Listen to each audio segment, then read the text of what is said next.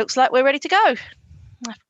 Hello, everybody. My name's Maddie, and I'm the Mayor of Croydon. And I have with me Steve from CVA, who's going to introduce himself far more thoroughly. Steve. Thank you, Madam Mayor. I'm Steve Phaure. I'm Chief Executive at Croydon Voluntary Action. We're a charity that supports all the community organisations across the borough. We run a volunteer centre, we've got accommodation centres, and we do fundraising for groups. So we try to make sure that the whole sector is represented, Madam Mayor. That's wonderful, Steve. Thank you. We've agreed a few questions in advance, which is just going to flesh out a few more details about the work CVA do. Before we start, though, I want to express my heartfelt affection and love and support for the work CVA do.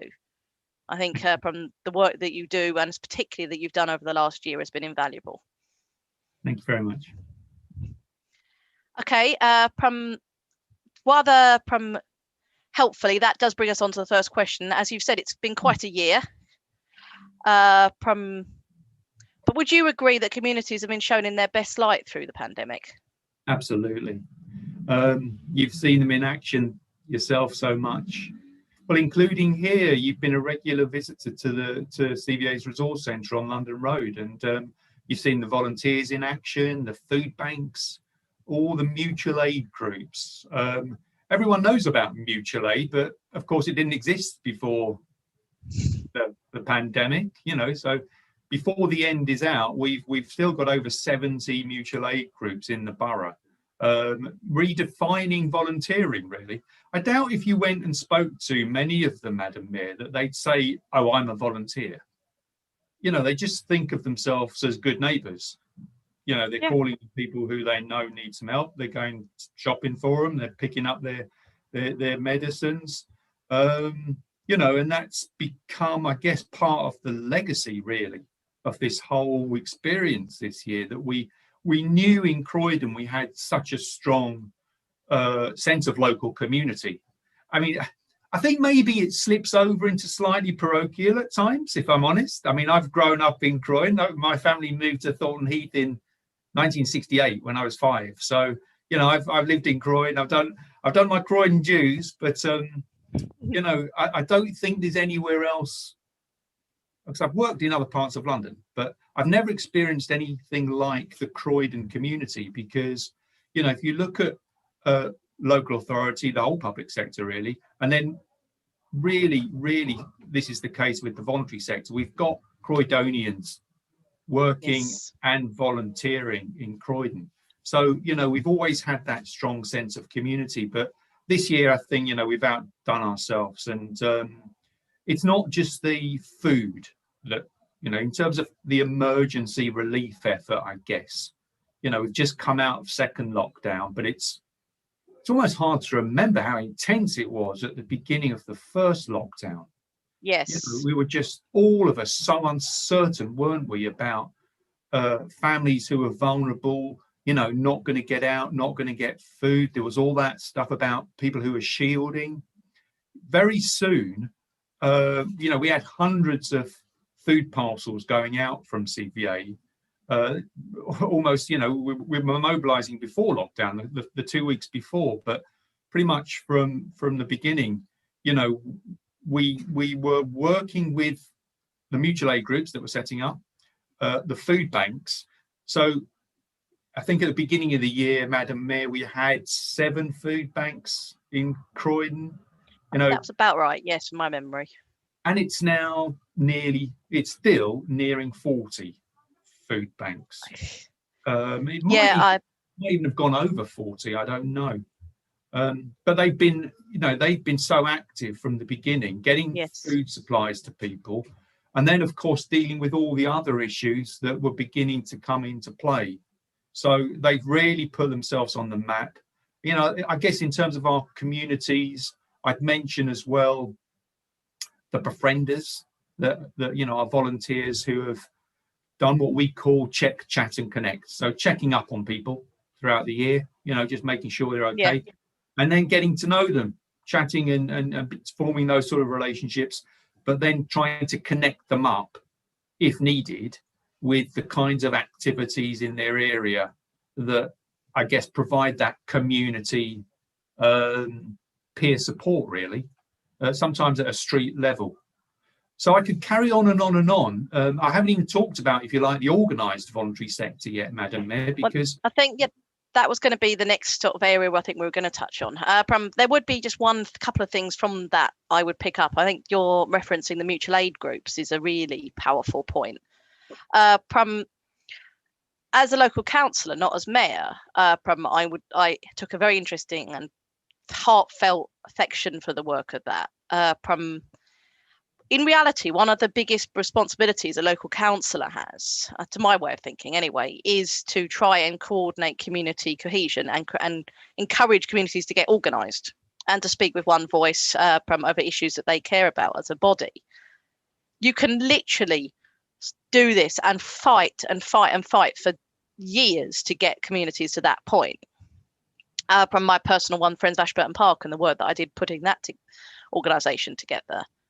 And yet, as soon as the pandemic hit, all of that resistance disappeared, and you suddenly saw this incredible, heartfelt from outpouring of support and love for your fellow neighbour.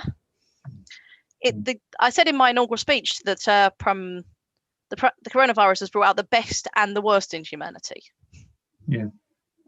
And we really have seen some of the example of the best in Croydon, and CVA were the centre of that. So that was one of the reasons why I was very keen that you were going to be one of my very early interviewers, because I wanted to say thank you personally and give you guys the opportunity to promote your work.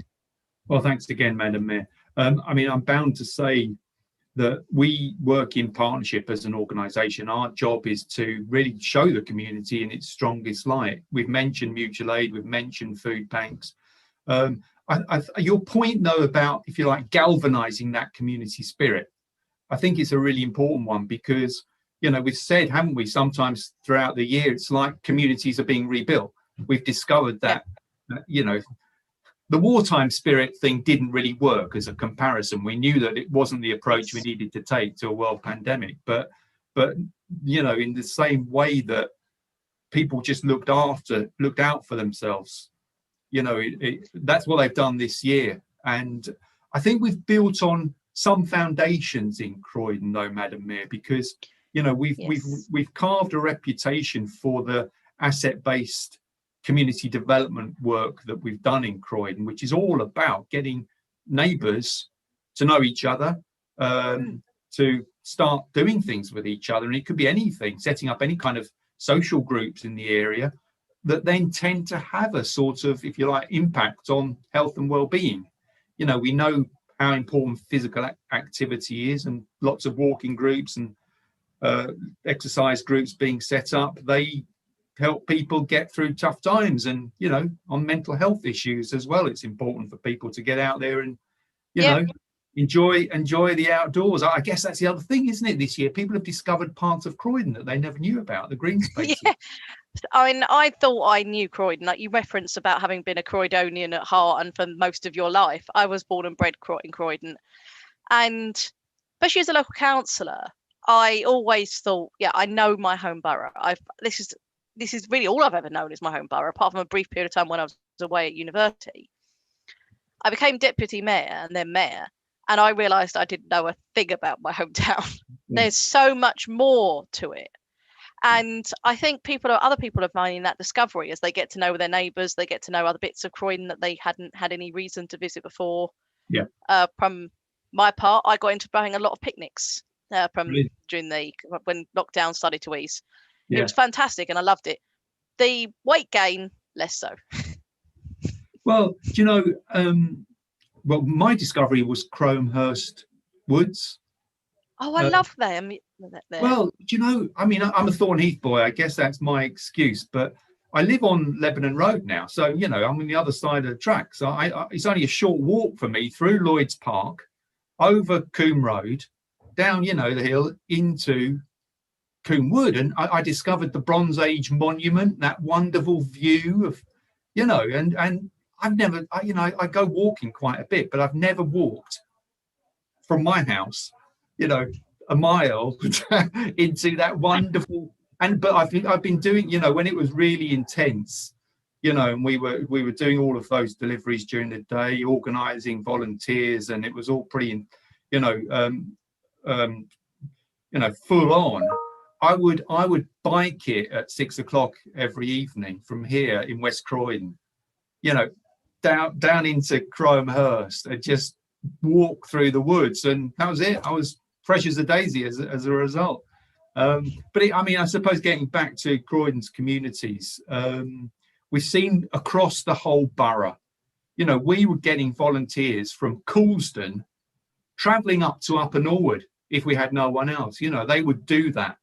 And that's driving with, parcels for about 10 families.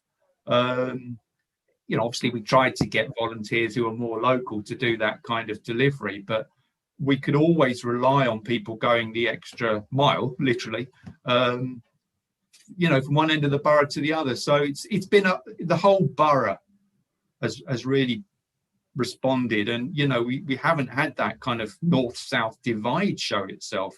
Yes, I think that is very true. That's a very good across the whole borough. And I think that's an interesting point you picked up on. There's obviously this kind of like history of this idea of the north-south divide in Croydon. And I think when it's actually tested, it proves that that isn't the case. There is a distinct variety in terms of affluence and opportunities, maybe in some aspects of some extremes in the borough, but in terms of communities and affections, and that isn't the case. Absolutely. When it actually mattered, Croydon came together. Yeah. Well, our star performers on the volunteer driver front were the Whitgift School, and we had parents as well from south of the borough. As I say, driving all over the north. So I think people do have an investment, in the whole borough. Sometimes I guess we need to try and promote more of that. I'm speaking from London Road, and we've always felt, I guess, as the gateway to Croydon, that we need to make more of this area and celebrate what's great about it, instead of it being promoted as a hot spot of trouble, which of course we've got our issues, no doubt. But I think we've had a chance to celebrate the whole borough in different ways, Madam Mayor, and it's been fantastic. Yeah, I think that couldn't have summed it up better. And the next question we had on the list was how has CVA responded to the challenges of COVID? Which obviously we've partly begun to answer that question already. Yeah. But is there kind of anything you would talk about the way you've restructured, or just the overall response you want to pick up on? Sure. Well, I guess, restructured sounds good. Sounds like we had a plan. Sounds like, we just did it because it had to be done. 2 weeks before lockdown, it became very clear that we had to set up a community hub kind of operation here. We were getting donations before we even asked for them. And we had very soon a lot of faith organisations. We haven't mentioned them, Madam Mayor. No, we haven't actually. I think we need to touch on the work that they did. Yeah, maybe a bit of overlap with some of the mutual aid groups, but I must mention the Ismaili community in Croydon. Yes, I was going to bring them up if you didn't. Well, you've seen them in action again. They've been our most regular donators.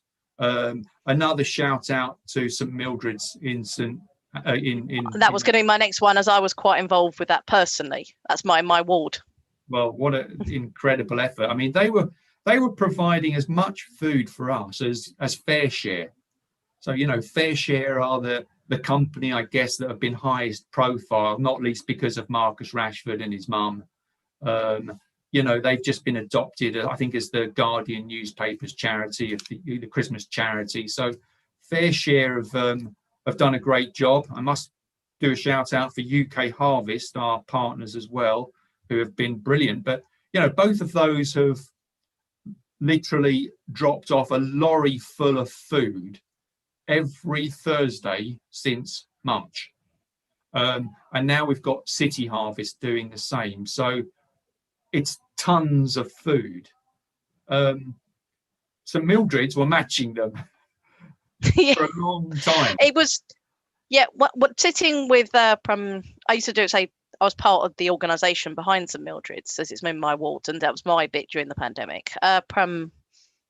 it was incredible. We just watched, like, literally we'd have a queue of people, and we'd have to have one of the two of us making sure that social distancing was being obeyed in the queue. There were that many people Wow. that just wanted to come and make their donation and do their bit for those in need. Yeah. One of my kind of, if this is the right way of phrasing it, favorite moments during kind of lockdown is I went and did, probably I think it was my second shift from at the food bank, proper shift at the food bank from, and I was there and I came back on this incredible high. And my husband took quite rightly to me and said, Maddie, you've just been to a food bank. Should you really be that happy? And I went, the thing is, Mark, I've just seen two people I know. And you just realise just how powerful and wonderful that experience was, and kind of get opportunity. And I think that probably is another learning you might take away from just how people have sort of responded during, and how in terms of their emotional well-being and during the pandemic, is that you probably makes you appreciate certain things that you just take for granted. I know it's a bit of a corny line, but from someone like me that's always grown up with my parents being incredibly nearby, incredibly supportive, doing so much of me, to suddenly have that ripped away overnight for sort of months on end. And I consider myself to have had a fairly easy lockdown compared to an awful lot of people. Sure. But you then build on that kind of experience of going and doing that shift at the food bank, and you look at all these people queuing up and to genuinely do their bit and that bit of support. Without wanting to sound again corny, it does sort of restore your faith in humanity a little bit, that when it actually mattered, people came through. Well, it's inspiring. And I think, we talk about leadership, don't we? Quite often in the circles we mix in with, all the meetings, the strategic kind of, but actually when you see leadership in the community like that, there's nothing more inspiring.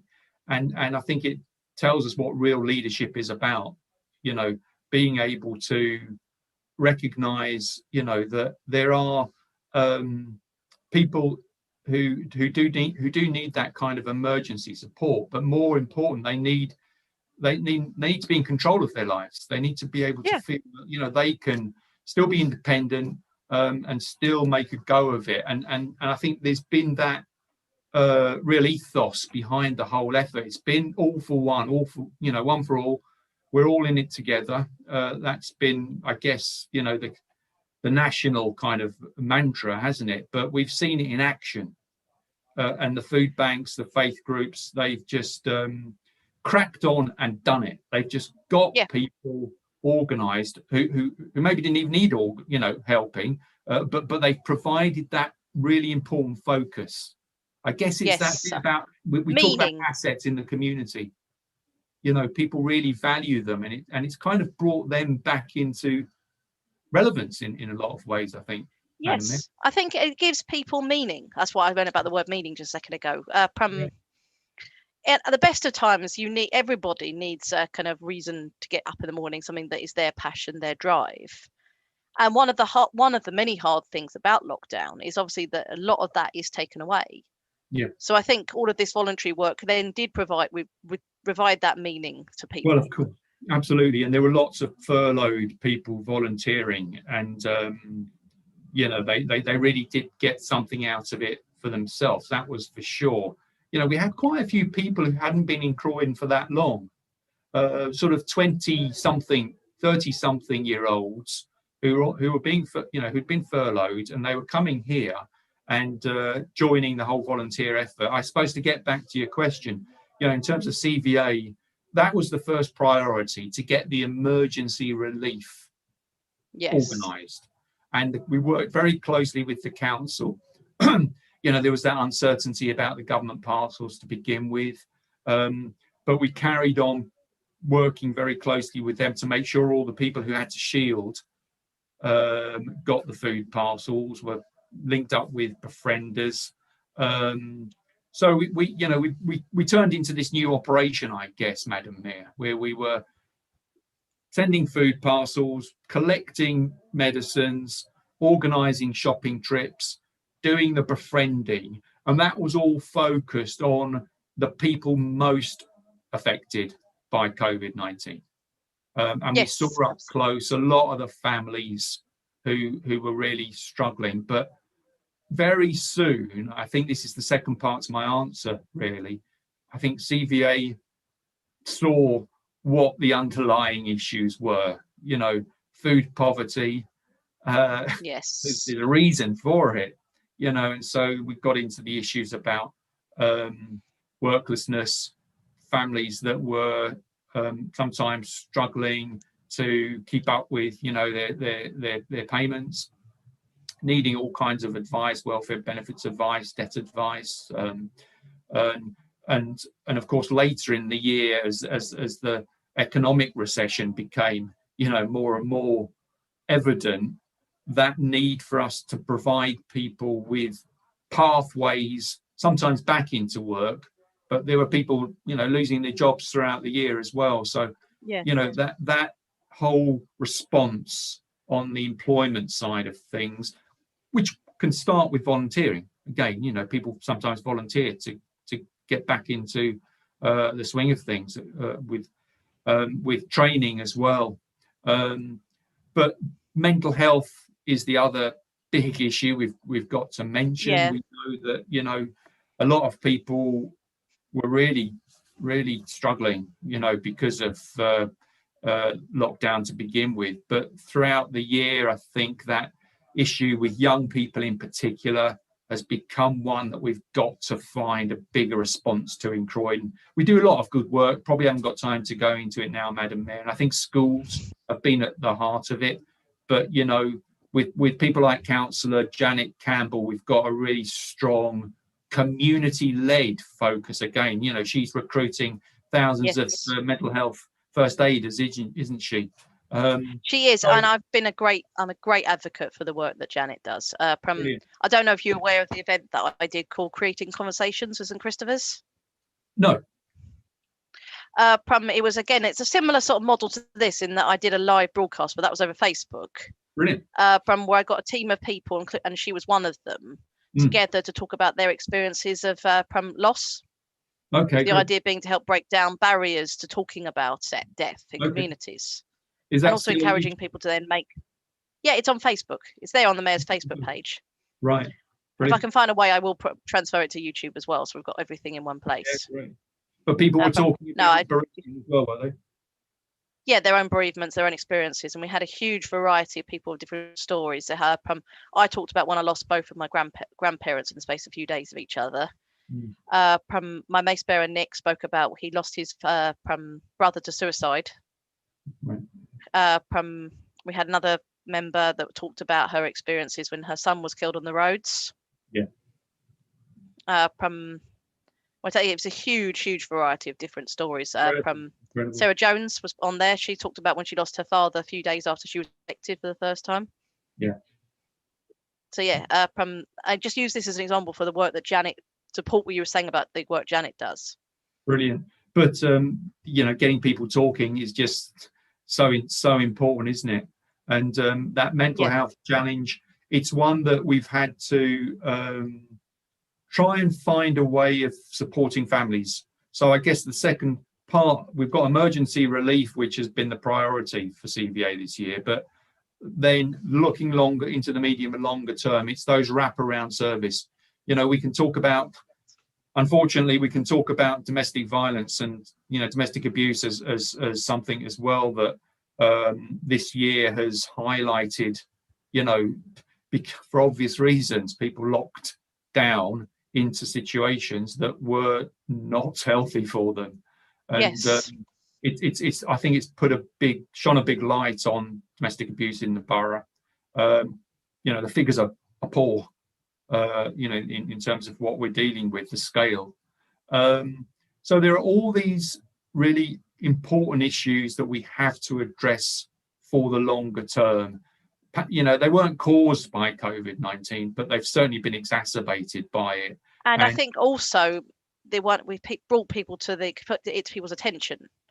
There are certain things like tragically, like domestic violence, like food poverty, that it's very easy for a lot of people to kind of pretend isn't happening because of the kind of demand and the scale and the terror that goes with having to realise that you've got to address these problems. It can be very easy to pretend that they're not real.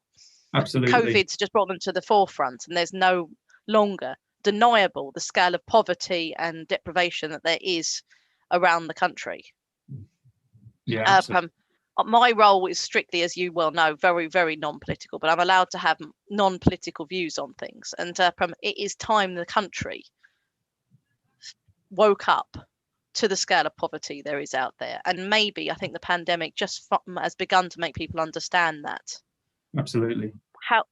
Where we move on from here as a society, and how society re-looks at itself and makes judgments, will be the lasting legacy of these last few months, I think. Absolutely. And we said earlier on that we've been, if you like, one Croydon throughout the crisis. But, you know, I did mention that north-south divide. I think we'd have to acknowledge, wouldn't we, Madam Mayor, that there are profound health inequalities in the borough. You know, in a way, we're like a microcosm of the whole country, you know, that sort of south-north bit. And you know, if we look at Black and Asian communities just on London Road, the sort of overcrowded housing, you know, the employment environment, it wasn't, you know, surprising to find that the pandemic had that bigger impact on some communities.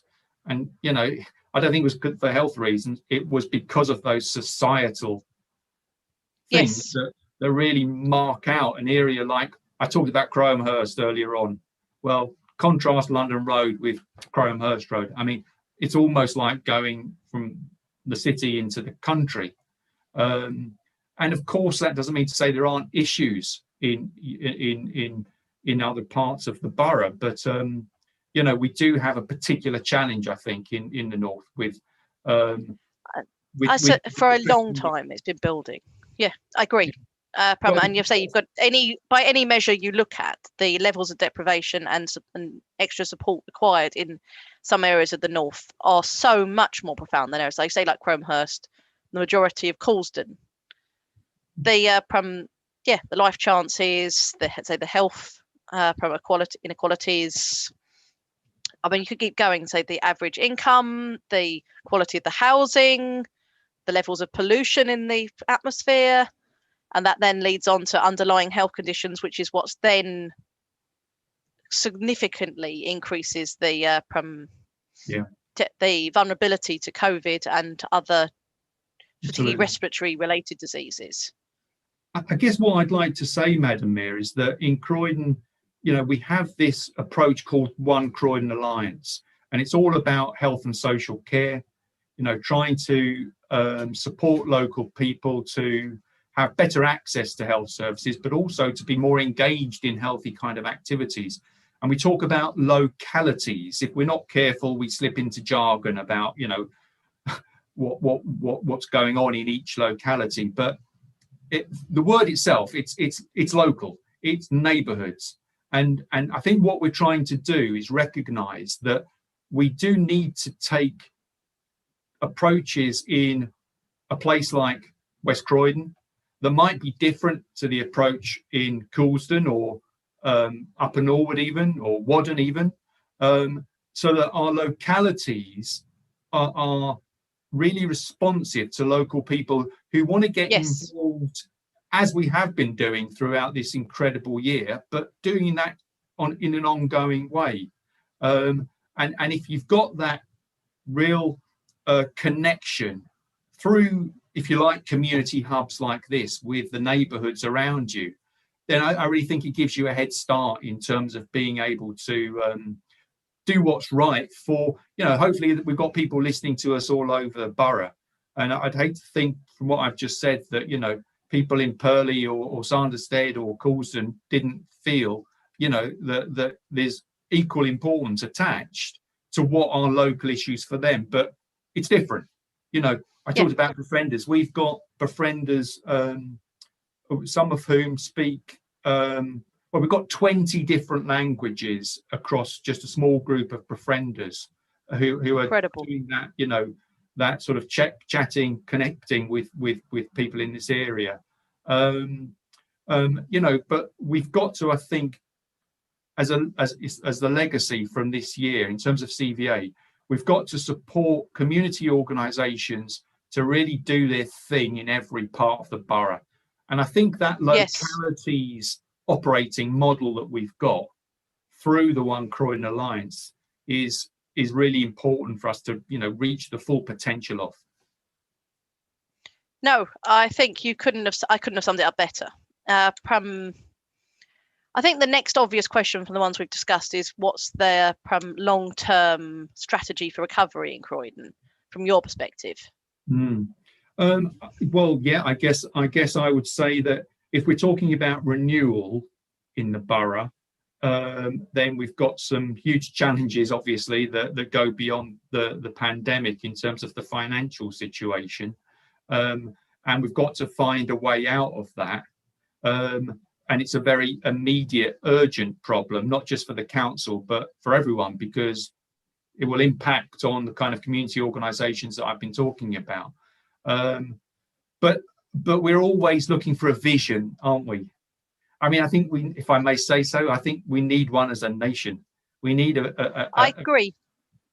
We just need to refresh it. We need to, you know, get it up to date with the kind. I mean, it's easy to quote. It's easy to refer to someone like Marcus Rashford. Hey, you know, football. You know, sorry to bring it into the conversation, but you know, hasn't he just shown what young people are all about in the country? Oh God, yes. I couldn't agree with you more. I really couldn't. I mean, again, they talked about breaking down barriers.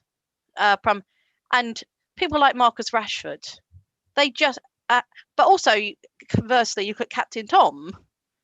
They both of those as individuals have completely fundamentally thrown out of the window stereotypes of their someone like Captain Tom that has just been an absolute kind of incredible saint-like figure that has proven that society can do these things, that it's possible to do this organization.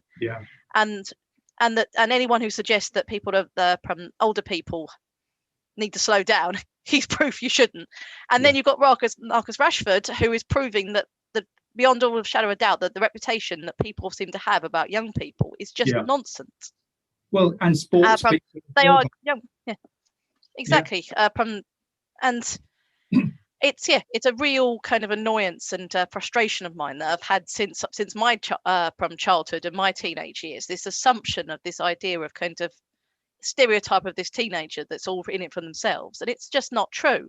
I love what you just said, though. You said something like we need to throw out the stereotypes. Yes, I think it's what. I mean, that wouldn't be a bad strapline for our strategy, I would say, Madam Mayor. In terms of Croydon, you know, I think coming out of the pandemic, there was a real appetite for, you know, resetting. Saying, like, you know, we can't go back to the old normal, business as usual, forget it. We've got to find new ways of doing things. And, you know, we have meetings here, as you know, every Friday morning with young people in the police. And we've had, sometimes we've had half a dozen young black men, and I'm saying men from the age of about 16 to 20, sat opposite police officers. First couple of weeks, you know, that they were there. One of them was wearing a hoodie, and an inspector said to him, "Look, probably normally, or you know, in another setting, I'd look at you, and I'd see you in a completely different light. What I'm doing now is looking at you and seeing a young man who cares about Croydon and the whole issue of young people and the police." And we've had these incredibly groundbreaking meetings we will come on to. But just to capture that point, I think, about strategy, we've got to think out of the box, haven't we? Literally. I think we've got to look at... Quite literally. I mean, from my perspective, man, I have to say that the Croydon's voluntary and community sector is, as you know, an incredible resource. But I don't think yet we've reached our full potential. There are so many things we could be doing, and you know, there are libraries and parks up and down the country being run by volunteers. You know, these are the sorts of solutions to some of the issues we've got in the borough that I think we need to be exploring. I think the strategy has to be one that tests itself every time. Yeah, with are we living up to our record and our tradition in Croydon of innovation? doing things, really entrepreneurially. That's a hard word to say. Let me say enterprisingly instead. So, I think as a strategy, that's my first principle. But I guess it goes back to those really, hard to solve issues around health inequalities, food poverty. We have to marshal our resources, and our resources are the communities that we've talked about from the beginning. They are. And I think we do that. No, I think it's a good point to pick up on the community meetings you spoke about. As you well know, I've attended a good number of them, and I can honestly say that my experience as a mayor, that is probably the pinnacle on the top of it. Seeing the kind of power. I really genuinely believe that Croydon should be celebrated and held up as an example of how we can respond to the issues raised in the Black Lives Matter movement. The fact is that deep down inside, every single one of us knew that the society was fundamentally racist, and it was set up in a way that favoured those of us that are white against people, particularly from Black, but all minority backgrounds. From the Black Lives Matter movement, finally, again, we talked about bringing things to the surface and making it impossible to deny the reality. And I think Croydon really has a good example and a very good model about how we then make sure that we try and start to address these problems. Absolutely. Yes, and it needs to be at the heart of our strategies going forward, doesn't it? Yes. We've got the biggest youth population in the borough, in London. We've had a big focus on knife crime, of course, and it's not a problem that we can ignore. Obviously the pandemic has taken over as number one priority, but before that, it was knife crime. That was the number one priority in Croydon, bringing it down, obviously, and then dealing with, those issues that unfortunately lead some young people into trouble at an early age. So I think, from young people all the way through to those older people in parts of the borough who are stuck at home and sometimes not seeing people, we're going to talk about the Christmas campaign, aren't we, at the moment? And yes, that was going to be my next question. It's at a time of year like this when you really worry about some older people who are isolated and don't see anyone over Christmas. So, we've got these huge challenges in the borough.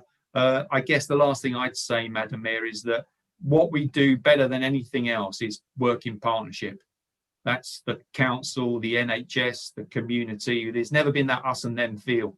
We've always pulled together, and we've got to do that tenfold, haven't we, from now on? We have. I wholeheartedly agree. We're a team, and I think that probably sums up Croydon, to be honest with you, in a way that almost nothing else can.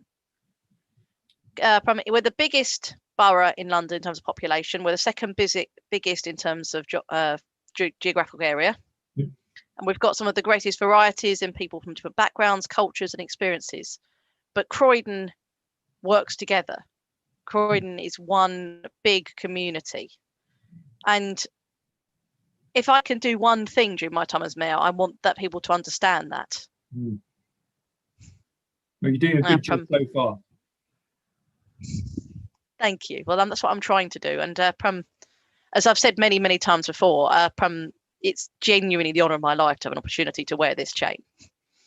And if I can do anything to help the borough that gave me so much, that gave me life, gave me a happy childhood, gave me 2 wonderful children, a business, a lovely home, then I'll feel I'm doing something. And on that note, we mentioned the Christmas campaign. Do you want to move on to that? Talk about some of the work you're doing on the Christmas campaign. Well, I guess what you've just said, let's just that Team Croydon spirit. So the Christmas campaign that CVA is launching this week, second day now of us being open for donations from members of the public, but we're doing it with, well, at least, let me mention 6 key partners. The first, Croydon University Hospital. So just down the road from us on London Road, Croydon University Hospital, their staff are organising donations of not just food, not just your essentials, but toys as well. That's Croydon University Hospital. Croydon College doing the same, but their young people as well are volunteering for us throughout the campaign. Then we've got Croydon Minster. So we've talked about faith communities already. Whitgift School, I mentioned them earlier. They're our fourth partner, and the last couple are the mutual aid groups and the food banks that have been, partners throughout the year. But I don't want to ignore them, and the contribution they're still making. So the campaign is to provide as many of the families that we know are still struggling with food hampers over Christmas, toy hampers as well, where there are kids. And we're doing it in partnership, Madam Mayor, with those institutions, the college, the hospital, the Minster, and what are going to become institutions, the mutual aid groups, and as a partnership effort, we're organising over the next few weeks in terms of getting those hampers together, the festive food hampers, the toys, and then from the week beginning, or let me get it right, I think it's the 21st, Monday the 21st, we'll be delivering the hampers. We've got huge donations of turkeys that week, so obviously we can't, get them out too early, but a good few days in advance so they can be marinated nicely, ready for Christmas. Lovely. Yes, indeed. And we've got some real foodies, involved in this campaign. Maybe not surprising with the food banks as well, but it's important that we get the toys right. There's nothing worse, is there, than getting things that you don't really want. We can't send Christmas lists out to hundreds of families. We can't do the Santa list, but we'll probably be buying a lot of trainers and gadgets, Madam Mayor. Yes. I don't know about your kids, but I know from mine they're pretty safe bets. They're pretty good, yeah. For my part, if anything I can do to support you, please, you can always call on my office anytime. Well, thank you. I think it's on the Monday, the 21st. We've got a community choir outside, another local organisation. So yeah, we'll probably do the chestnuts bit. So I might take you up on that and ask you to come and launch it for us, Madam Mayor. I'd be very, very happy to. And also, it's interesting, say, you're talking about the kind of giving gifts. It ties in quite nicely. I don't know if you've been aware of the work I've been doing using the mayor's budget. I've used my mayoral allowance, or some of it, to buy each group of the children, any child that's got a healthcare plan, a present from Father Christmas. And then I've produced a video with me and Father Christmas from sending them the gifts, and then their social workers are taking from the gifts and the video to the children. The real Father Christmas. Yeah, obviously it's the real Father Christmas. I will show you the video that me and him made. Excellent. He's having to limit the visits to see the children this year because obviously his COVID affects everybody, and he just wants to make sure that he's doing his bit to promote healthy living during this difficult time. Excellent. But he's very keen to support to do all of his work.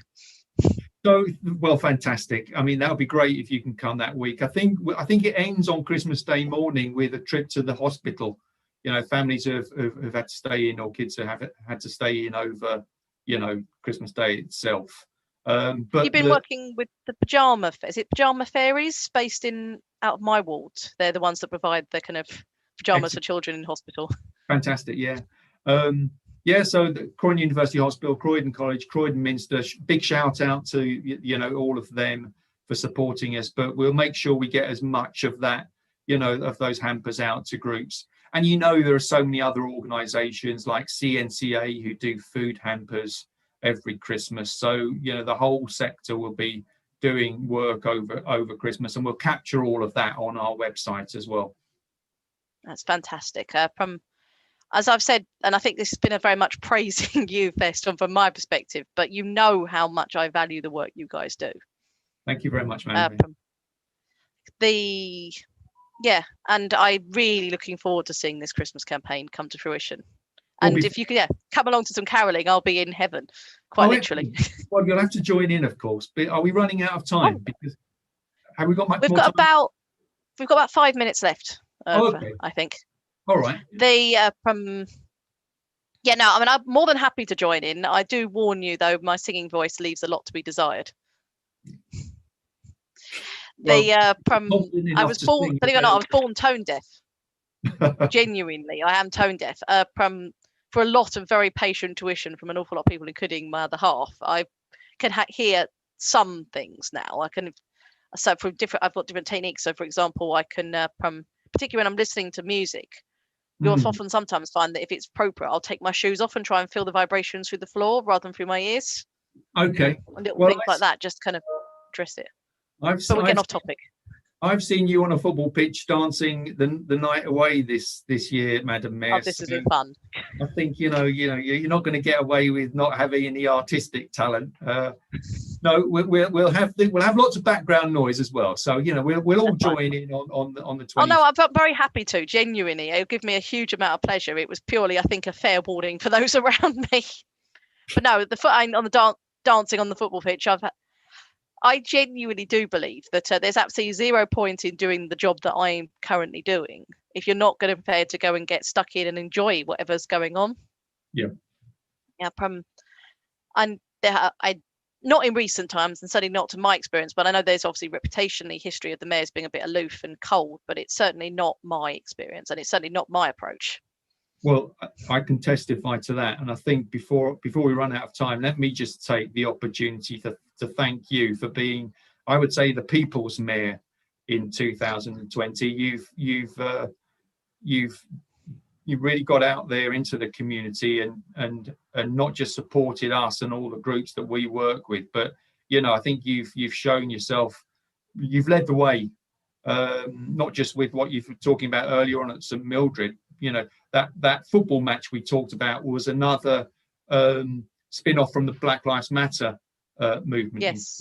And so I think what you've done throughout the year is bring communities together, and you've taken it by the scruff of its neck in a way, because I think you've just really jumped into the middle of the community effort that's been this response to a world pandemic, a hugely important movement after that. And I think we'll think of this year, and we'll think of you very much as part of what's happened in the borough that's been so positive. And out of all this adversity, it feels like we're stronger in ways.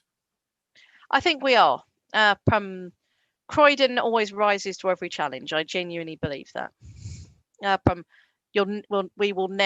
Croydon will never be defeated.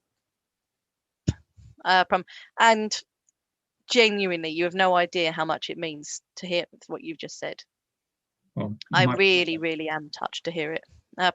It's certainly what I've tried to do, and it's certainly what I've always believed this role should be about. We've got video. There is absolutely. I'm happy for that to go around. I'll tell you, even long before I was a mayor, I was only ready to be a new councillor. Where my business is based, there's a hub of other small businesses, and there's always a Christmas party, and my husband and I do the DJing for it. I don't claim to be in anything near the same league as DJ Milk Tray, but we can throw a tune on. I'll tell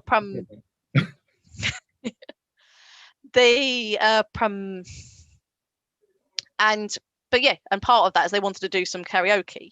So to get the karaoke going, I just grabbed someone who's now Councillor Milson. He wasn't a councillor at the time, but he's now a Tory councillor, and we did a karaoke duet off the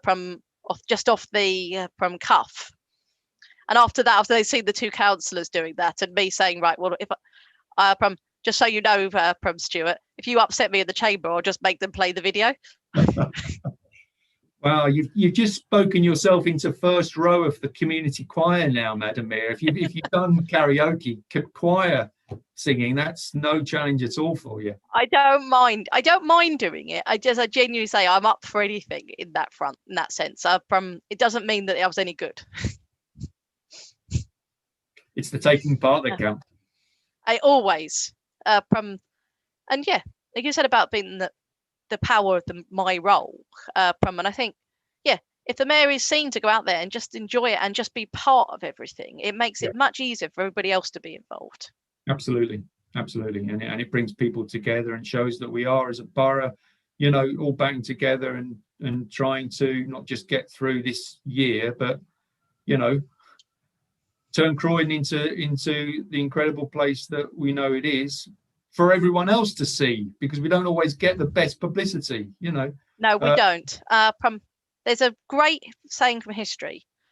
In the interest of not being political, I won't say who said it. But the quote was, "We've won the war, now let's win the peace." Okay. Well, I could take a guess on who said that, but I go. You can probably have a fair idea. Sorry? Actually, it was Clement Attlee, but you're on the right lines. Okay. I think it was but you are very close. And that is the case. That's what we need to do now. And literally, when I say about winning the peace, I don't know if you've seen it, but literally in the time we've been sitting here, they've just approved the vaccine. Oh, excellent. Yeah, absolutely. And so we're into the final stretch. Absolutely. And no laying our guard down. We'll obviously keep doing all the things that we need to do. But yeah, this year has called for an incredible effort, but we've got to raise the bar again, haven't we, Madam Mayor, next year? We have. We're capable of doing that. Yeah, we are. And the one final thing, and a message this is from everybody out there. The vaccine's now available. When your opportunity comes, make sure that you do your civic duty, present yourself and take it, because that's one of the ways that we're going to get through everything that we've seen. That's part of the one small part, but one significant part of how we then do win the peace.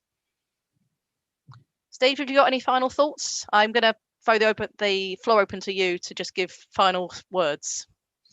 Well, thank you for all the questions. I think we've, been able to sort of do justice, haven't we, to the community effort throughout the year. We there's so many things that we haven't spoken about. So my thanks through you to all of the people out there in Croydon, members of the public, people who belong to community organisations, or just this year have got involved with mutual aid, started to volunteer.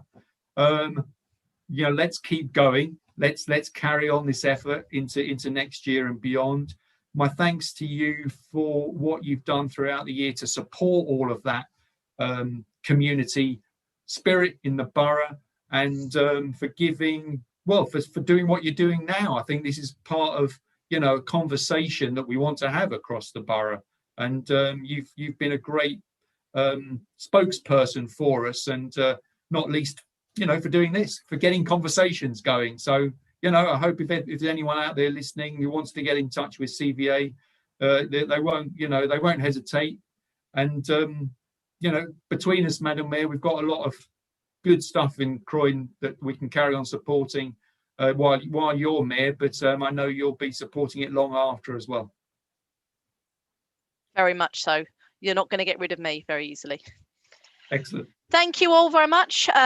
Steve, it's been a complete and total pleasure. Thank you so much, and I will see you in person very soon. Good morning, Croydon, and I'll see you in the next interview.